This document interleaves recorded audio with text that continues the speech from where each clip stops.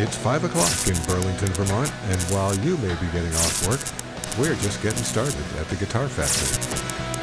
I'm Ken French. To hear your favorite guitar players, just give me a call on the request line, 802-540-6890. Thanks for tuning in. Now let's get to work. Welcome to the Guitar Factory. We're doing something a little different today. And I'm in the TV studio, so we're actually doing a radio show from the TV studio. And we're live on WBTV, but we're also going to have some bonus video content from today's episode, so stay tuned for that. Now, I would like to introduce our guest today. I'm very excited to say welcome, Stephen Kiernan. Ken, it's great to be here. Thanks for having me here today. Thank you for coming. A lot of people know you as an author, and you've got 5 novels under your belt. That's right. 2 nonfiction books, which are fascinating. But what people might not know, that you're also a guitar player, like a lifelong guitar player, really. Yeah, I started when I was 10, and you know, I had times in my life when I was playing out a ton, but I travel enough for the writing life that now it's much more like sitting in the occasional gig, sometimes doing a soundtrack for a play, things like that. Yeah. But you've got 3 albums you've recorded, I think. Yes. Yeah. And how can we find those albums if we want to listen to them? 2 of them are on Spotify. One of them is mostly compositions of mine, and one is all the music from a play about an Irish composer. And he wrote all these really beautiful, beautiful, sweet, sad songs about 300 years ago. And right.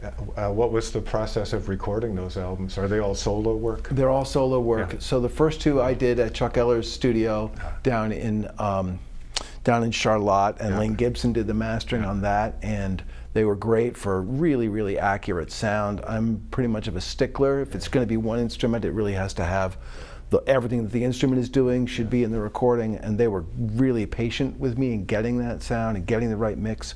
And then the third one, there was just a guy who loved the play, and so he gave me one to Art Edelstein, who lives out in, I want to say Calais, East Montpelier. He gave me an afternoon in his studio. So many of the songs was like 1 take, 2 takes tops, and then I took those rough drafts to Lane again to do the mastering on that.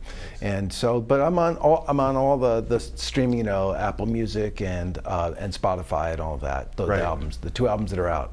So I am really curious to hear about these beautiful guitars, and just looking at them is like eye candy. Yeah, these are pretty sweet instruments. I should say, since I've been 10, I've been afflicted with the same illness that almost all guitarists have, which is always looking for the next instrument.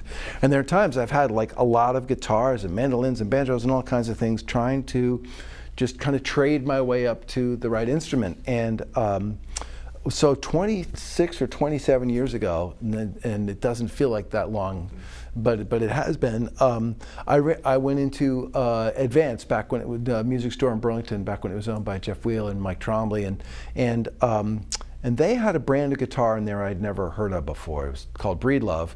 And what it was is a guy who had been a designer and luthier for Taylor guitars had come into somehow possession of some really amazing wood. And so he made really astonishing instruments. And there was a 12-string there, and I played it, and I immediately sold the 2 12-strings that I already owned and a mandolin that I still regret selling.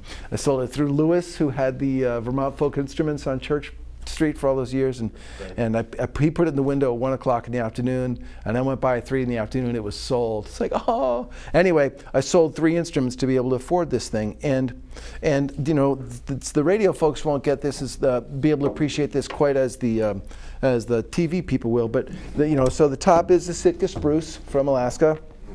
And of course the fingerboard is ebony, and I believe it's Jamaican mother of pearl that's around the sound hole. It sits pretty well on me, given that it's a really deep cutaway. I can play way up the neck, like 19th fret, 20th fret, unimpeded, which is unheard of on a 12-string. And the way that they made that work is that they enlarged the bottom of it. I always say my guitars have big bottoms, and so there'd still be that kind of resonating chamber.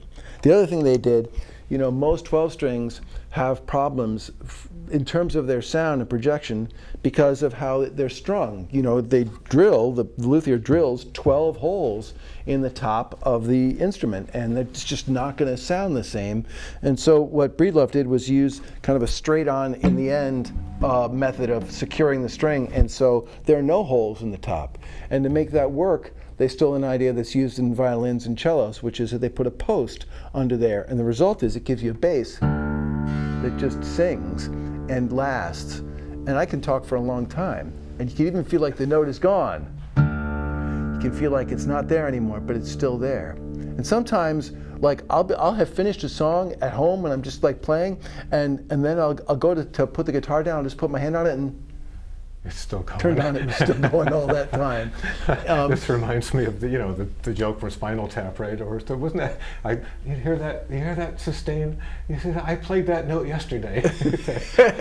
Exactly. How about if I play a song on it? I would love that. This is a Michal Hedges song. You know, Michal Hedges was sort of in the Windham Hill crowd of New Age music, but he also had gone to the Peabody Conservatory as a flautist and a composing major. So.